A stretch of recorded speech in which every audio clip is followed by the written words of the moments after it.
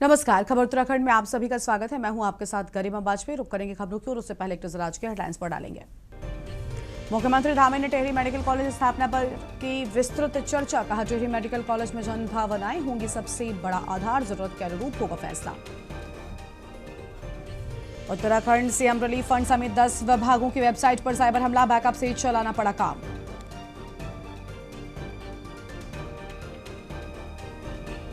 उत्तराखंड में सोलर प्रोजेक्टों पर टैरिफ विवाद, यूईआरसी ने यूरेडा से मांगा रिकॉर्ड। 200 केवी क्षमता की 10 याचिकाओं पर हुई सुनवाई। हरिद्वार में कांवड़ यात्रियों पर गिरा लोहे का गार्डर, 2 की मौत, निर्माणाधीन फ्लाईओवर के नीचे कर रहे थे आराम।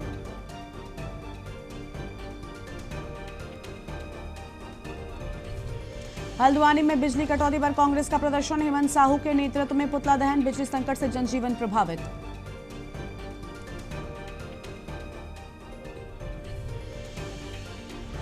उत्तराखंड में 91 सड़कें बंद, सबसे अधिक पिथौरागढ़ जिले में 16 मार्ग बंद, ऊखीमठ चोपता सड़क धंसी। आप देख रहे हैं के न्यूज, खबरों का सारथी।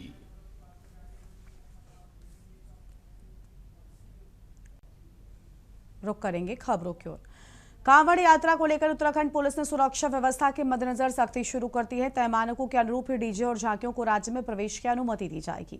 मंगलौर नारसन बॉर्डर पर पुलिस ने 12 फीट से अधिक ऊंचाई वाले डीजे सेट लेकर आ रहे वाहनों पर कार्रवाई करते हुए उन्हें वापस भेज दिया है। पुलिस ने स्पष्ट किया है कि कांवड़ यात्रा के दौरान 12 फीट से ऊंचे डीजे सेट और झांकियों को उत्तराखंड में प्रवेश नहीं दिया जाएगा। पुलिस अधिकारियों का कहना है कि यात्रा के दौरान यातायात व्यवस्था, सुरक्षा और श्रद्धालुओं की सुविधा को ध्यान में रखते हुए यह नियम लागू किया गया है।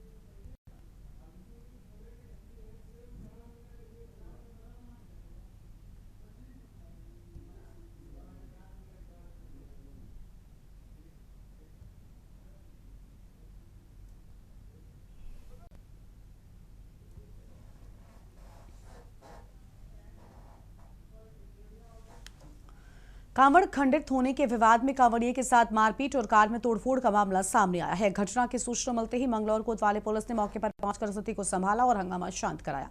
जानकारी के अनुसार हरिद्वार से गंगाजल लेकर दले लौट रहे एक कांवड़िए की कार की गोल्डन ढाबा फ्लाईओवर के पास एक कांवड़ से टक्कर हो गई। इसके बाद विवाद बढ़ गया। कुछ लोगों ने कार चालक के साथ मारपीट करते हुए उसकी कार में तोड़फोड़ कर दी। पीड़ित की शिकायत पर मंगलौर कोतवाली पुलिस ने मुकदमा दर्ज कर जांच शुरू कर दी है।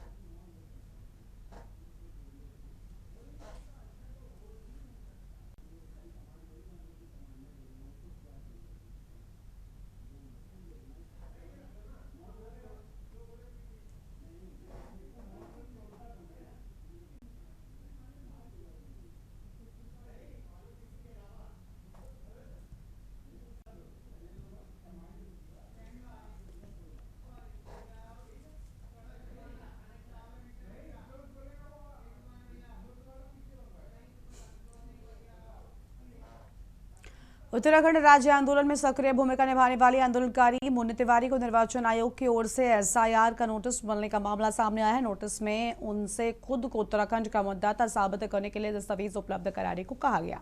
मुन्नी तिवारी ने उत्तराखंड राज्य आंदोलन के साथ साथ नशा नहीं रोजगार तो जैसे आंदोलन में भी सक्रिय भूमिका निभाई थी। राज्य आंदोलन के दौरान वो महिलाओं को जन गीतों और नारों के माध्यम से आंदोलन से जोड़ने में आगे रही थी।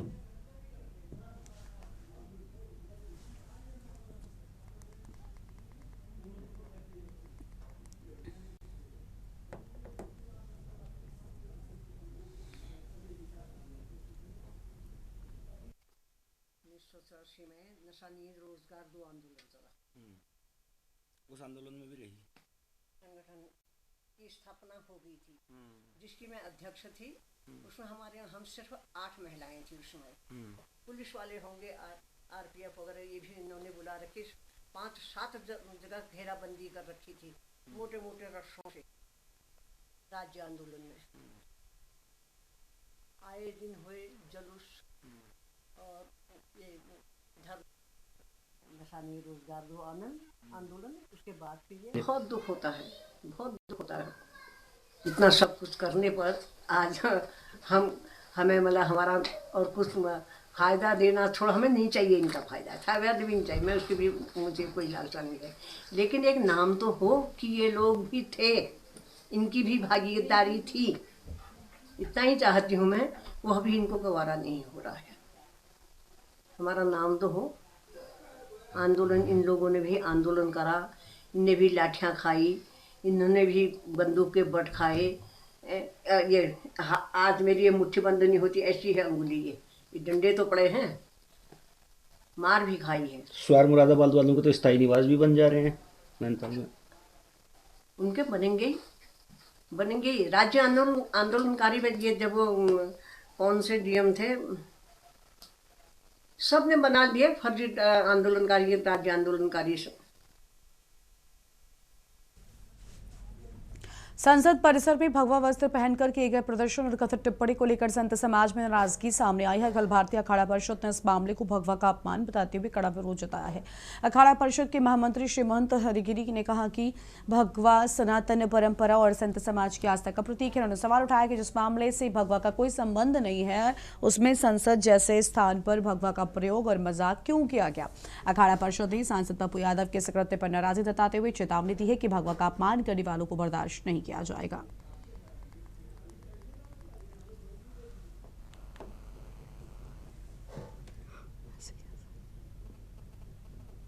बहुत आशीर्वाद साधुवाद। अब पप्पू यादव जी के बारे में मैं क्या कहूँ। एक मनोज तिवारी जी का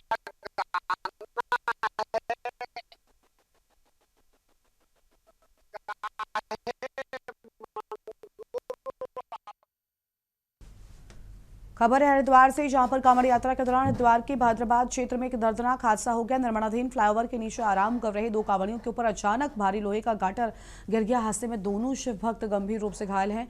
तुरंत ही पुलिस को सूचना दे दी गई है।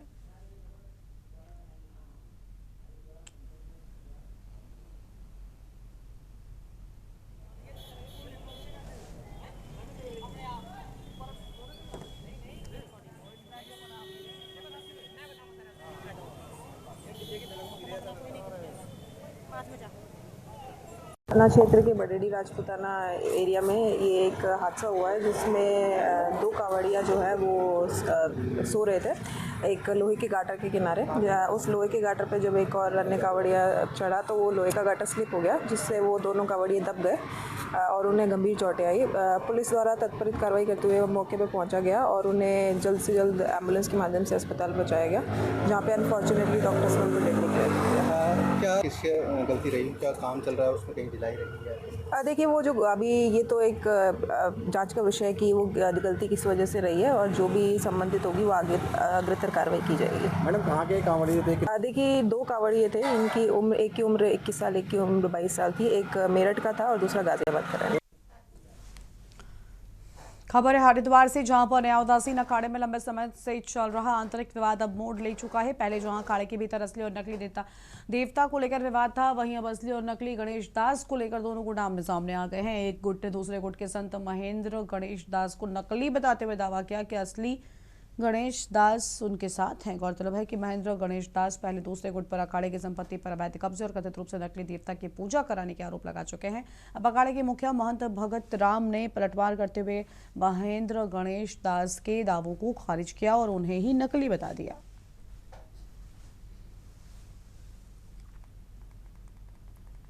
अखाड़ा नया उदासीन के इष्ट देवता श्री चंद्र भगवान है।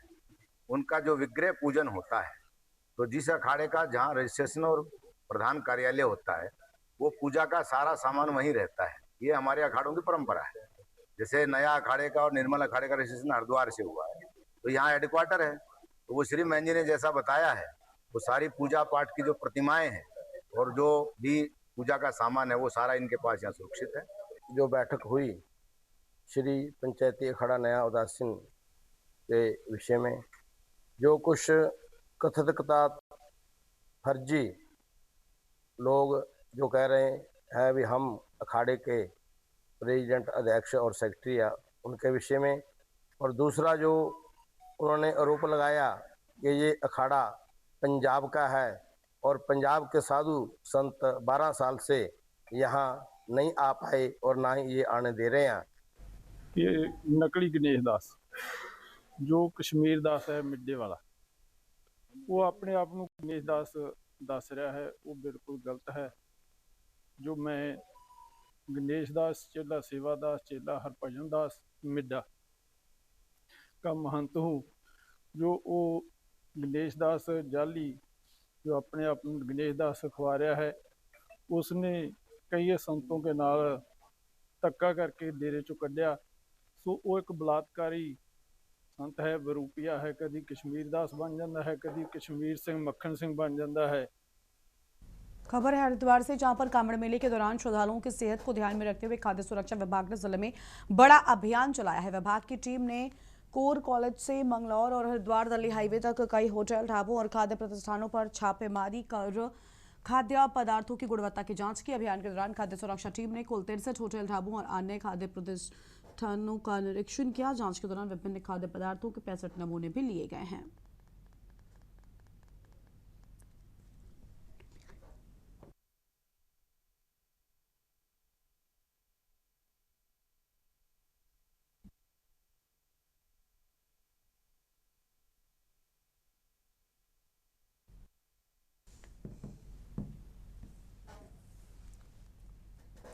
आगे बढ़ेंगे खबरों की ओर। संसद परिसर में भगवा वस्त्र पहनकर किए गए प्रदर्शन और कथित टिप्पणी को लेकर संत समाज में नाराजगी देखने को मिली है। अखिल भारतीय अखाड़ा परिषद ने इस मामले को भगवा का अपमान बताते हुए कड़ा विरोध जताया है। अखाड़ा परिषद के महामंत्री श्रीमंत हरिगिरी ने कहा, भगवा सनातन परंपरा और संत समाज की आस्था का प्रतीक है। सवाल उठाया कि जिस मामले से भगवा का कोई संबंध नहीं, उसमें संसद जैसे स्थान पर भगवा का प्रयोग और मजाक क्यों किया गया।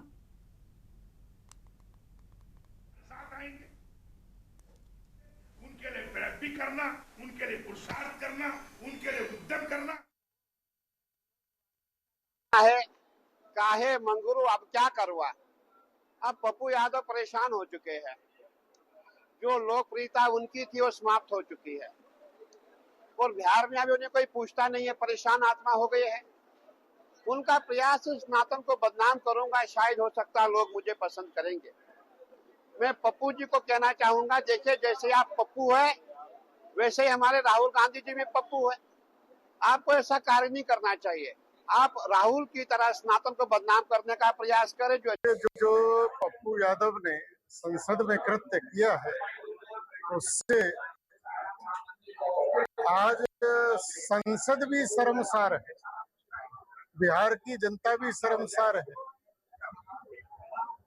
पप्पू यादव ने जो कृत्य किया है वो बिल्कुल रावण वाला कृत्य किया है और जिस प्रकार से रावण को आज तक क्षमा नहीं किया गया, क्षमा नहीं किया जा सकता।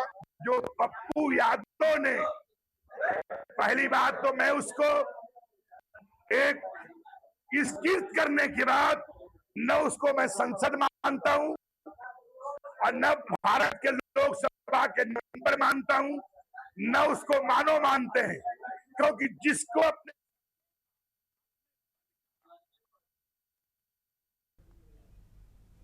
अगली खबर नैनीताल से है, जहां पर जिले में कैंची धाम के पास स्थित शिप्रा नदी में नहाने के दौरान एक पर्यटक की डूबने से मौत हो गई। हादसे के बाद क्षेत्र में अफरा तफरी मच गई है। सूचना मिलते ही पुलिस, एसडीआरएफ और स्थानीय लोग मौके पर पहुंचे। संयुक्त रूप से रेस्क्यू अभियान चलाया गया। जानकारी के अनुसार कैंची धाम आश्रम से कुछ किलोमीटर दूर रामगढ़ क्षेत्र में राजस्थान से आए पर्यटकों का एक समूह नदी किनारे घूमने पहुंचा था। सुहाने मौसम के बीच 21 वर्षीय प्रिंस शिप्रा नदी में नहाने और तैरने के लिए उतर गया। इस दौरान वो गहरे पानी में चला गया और तेज बहाव में डूबने लगा। साथ ही तुरंत ही पुलिस को उसकी सूचना दी है।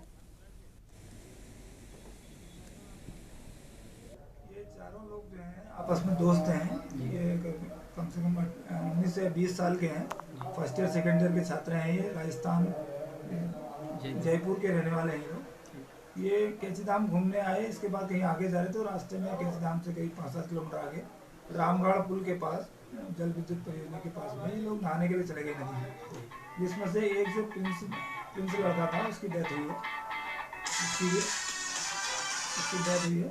और बाकी इसको जो है SDRF वगैरह की और पुलिस की सहायता से, स्थानीय नागरिक लोग से सहायता से नदी से निकाल दिया था। इसकी जब इसको यहाँ लाए हैं हॉस्पिटल खैरना में, तो डॉक्टर ने इनको डेथ डिक्लेयर कर दिया है और उनके मृतक के जो घर वाले हैं उनको सूचना दे दी है। हल्द्वानी से खबर है, पुलिस ने मुखानी क्षेत्र में बुजुर्ग महिला से सोने का कुंडल झपटने की घटना का 24 घंटे के भीतर खुलासा करते हुए 2 आरोपियों को गिरफ्तार कर लिया है। पुलिस ने आरोपियों के कब्जे से लौटा गया सोने का कान का कुंडल भी बरामद कर लिया है और जानकारी के अनुसार 30 जुलाई को जगतपुरम कॉलोनी हिम्मतपुर मला निवासी चंपा देवी से थाना मुखानी में शिकायत दर्ज कराई गई थी कि 2 युवकों ने उनकी सास के कान से सोने का कुंडल झपट लिया, मौके से फरार हो गए। मामले की गंभीरता को देखते हुए SSP नैनीताल मंजुनाथ टीसे ने पुलिस अधिकारियों को जल्द ही खुलासे के निर्देश दिए। इसके बाद मुखानी पुलिस और SOG की संयुक्त टीम ने घटनास्थल पर लगे कैमरों की जांच की और तकनीकी सर्विलांस की मदद से आरोपियों की पहचान कर ली है। 45 घंटे पहले एक बहुत चर्चित वारदात हुआ था, जो मुखानी थाना क्षेत्र पर आम्रपाली चौकी क्षेत्र का दूरस्थ देहात इलाके में एक बुजुर्ग महिला को जब वॉकिंग कर रहे थे, अर्ली मॉर्निंग 6 बजे के आसपास जब वॉकिंग कर रहे थे, तो पीछे से 2 लड़के आते हैं और वो जो है बल प्रयोग करते हुए उस बुजुर्ग महिला को ओवरपावर करते हुए उसकी कान की कुंडल को छीन लेते हैं। तो इसको हमने ऐसे चैलेंज लिया था, तत्काल FIR भी दर्ज किया गया था और विभिन्न टीम्स को एक्टिवेट किया था, जिसमें थाना टीम्स हो गया, SHO मुखानी सुशील और हमारा इंचार्ज है और इंचार्ज SOG मोहन सोन और की सारी टीम्स को एक्टिवेट किया था। उत्तराखंड सरकार ने किसानों को बेहतर बाजार देने के लिए अहम कदम उठाया। कैबिनेट मंत्री गणेश जोशी की मौजूदगी में उद्यान विभाग ने भारत तिब्बत सीमा पुलिस और सशस्त्र सीमा बल के साथ MOU पर हस्ताक्षर किए। इस समझौते के तहत प्रदेश के किसानों से फल और सब्जियां सीधे खरीद कर ITBP और SSB को उपलब्ध कराई जाएंगी और इससे किसानों को उपज का उचित मूल्य मिलेगा। सीमा पर तैनात जवानों को ताजा व ऑर्गेनिक उत्पाद मिल सकेंगे। कैबिनेट मंत्री गणेश जोशी ने कहा, इस पहल से बिचौलियों की भूमिका कम होगी, किसानों की आय बढ़ेगी, जवानों को गुणवत्तापूर्ण खाद्य सामग्री भी मिलेगी।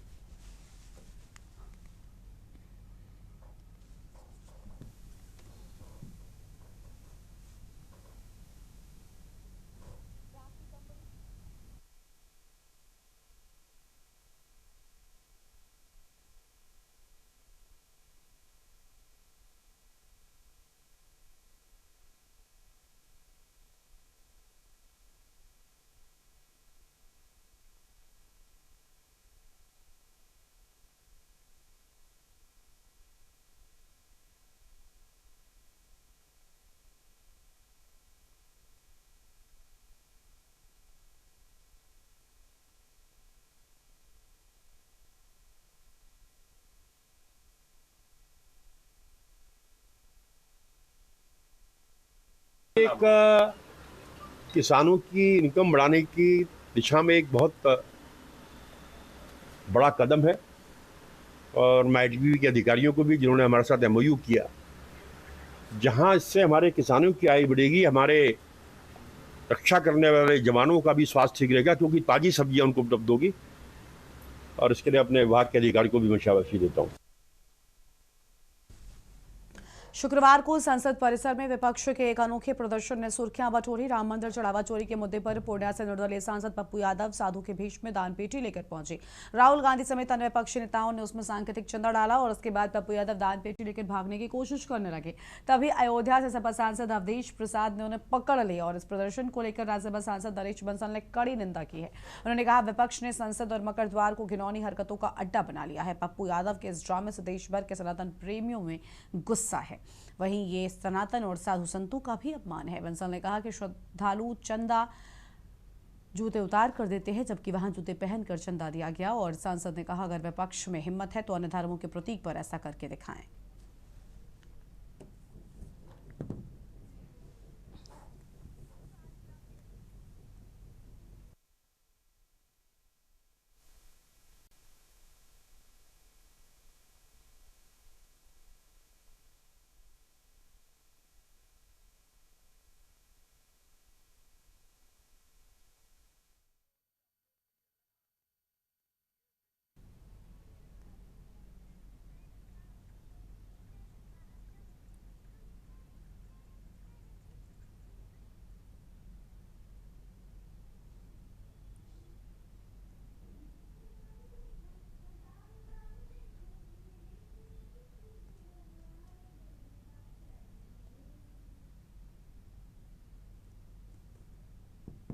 परिसर और मकर द्वार को जिस प्रकार से विपक्ष ने घिनौनी हरकतें करने का एक अड्डा बना लिया है, खास तौर से जो कल घटना हुई है, श्रीमान पप्पू यादव जी ने जो वहां ड्रामा किया है, उससे देश भर के सनातन प्रेमियों में आक्रोश है।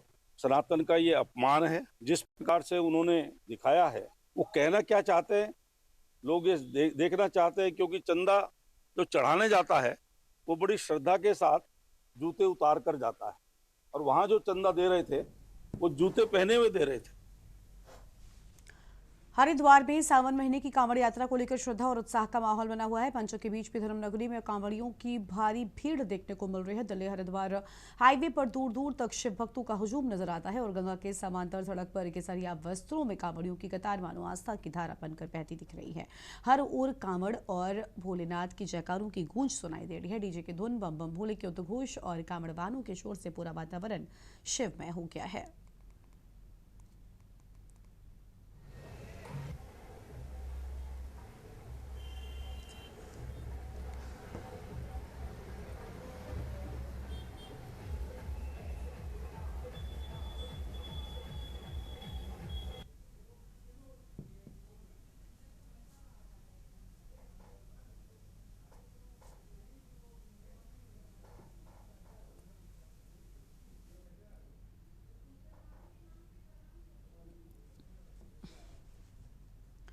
उत्तराखंड सरकार ने प्रदेश में एस्मा लागू कर दिया है, जिसको लेकर भाजपा का कहना है कि जिस तरह से कर्मचारी चुनाव नजदीक आते देखकर हड़ताल और धरना प्रदर्शन कर देने की धमकी देते हैं, ऐसे में आम लोगों का कामकाज प्रभावित होता है। आम लोगों को किसी तरह की कोई असुविधा हो, इसको ध्यान में रखते हुए सरकार ने एस्मा लागू कर दिया है।